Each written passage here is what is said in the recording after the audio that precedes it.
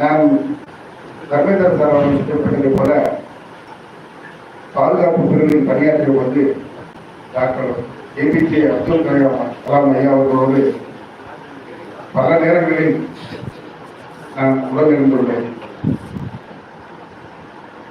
அது மட்டுமல்லாது அவர் பிறந்த தலமான ராமேஸ்வரத்தில் 2.5 ஆண்டுகள் நான் ஆய்வாளராக பணியாற்றுகிறேன்.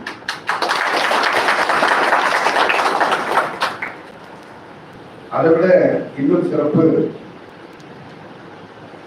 ஐயா அவர்களுக்கு நினைவு மண்டபம் எழுப்பிய போது அங்கு நான் ஆய்வாளராக பணியிருந்த சமயம்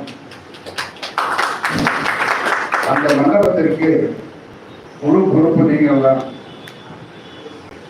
பிரதமர் வந்து போகும் வரை முழு பொறுப்பு நீங்கள் தான். முழு பொறுப்பு அதை செவ்வனே செய்து அந்த நிகழ்ச்சியை முடித்து கொடுத்தோம். அது மட்டுமல்லாது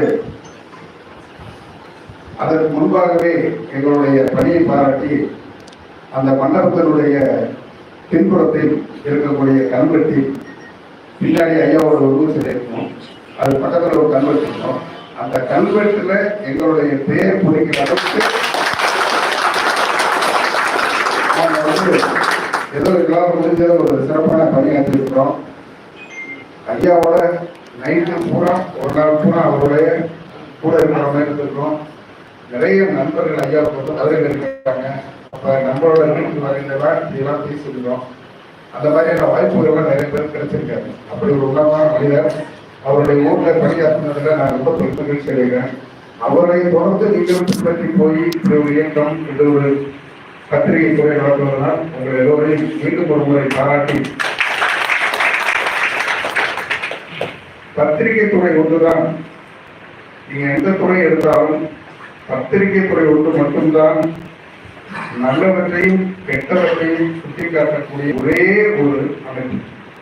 நீங்க வேற எதுவும் எடுத்துக்காம பரவாயில்ல. இப்ப நாங்க என்ன இருக்கோம்னா சட்டம் ஒழுங்கு தான் பாதுகாப்போம், கெட்ட செய்வதற்கு வாய்ப்பு இல்லை. அப்படி செஞ்சா தவறு. ஆனா நீங்க மட்டும்தான் இருந்து நல்லது செஞ்சாலும் பாராட்டி போடுவீங்க, கெட்டது பண்ணாலும் அதை உடனடியா வந்து அதை வந்து மக்களுக்கு சென்றடைகிற மாதிரியான ஒரு பணி ஆற்றுவீங்க. அதனால இந்த இந்திய திருநாட்டில் ஜனநாயக